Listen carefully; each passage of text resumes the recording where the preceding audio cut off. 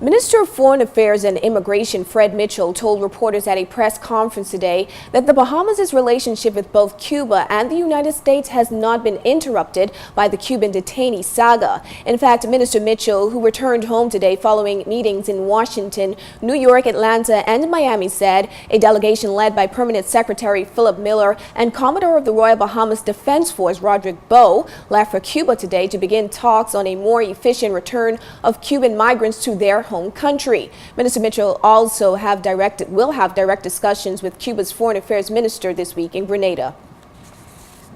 It's being dealt with now. This team that's going to Cuba is in 1998.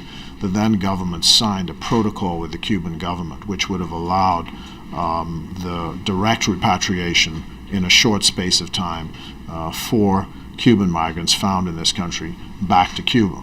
There were some modalities that were supposed to be settled as to how that should be done. You know, who are the agencies, what are the executing forms, and all the rest of that. That was never done from 1998 to the present.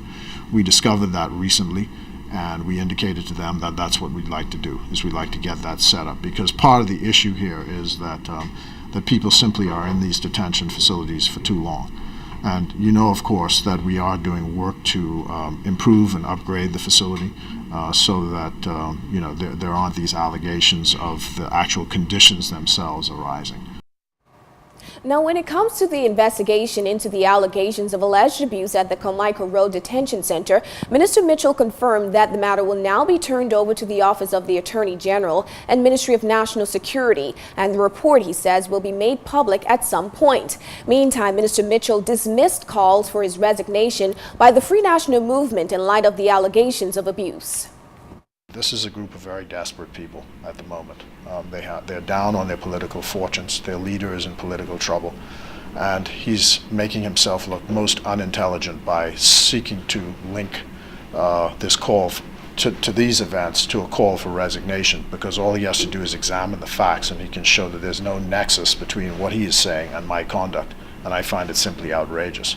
This is, in my view, very much a local dispute confined to South Florida, which is designed to rattle the cages of Bahamians. Most Bahamians ignored it and supported the fact of the government's position on this. Until those processes work their way out, there's no reason for us to be unpatriotic and linking arms with people who are trying to do harm to our country overseas, and that's what it boils down to.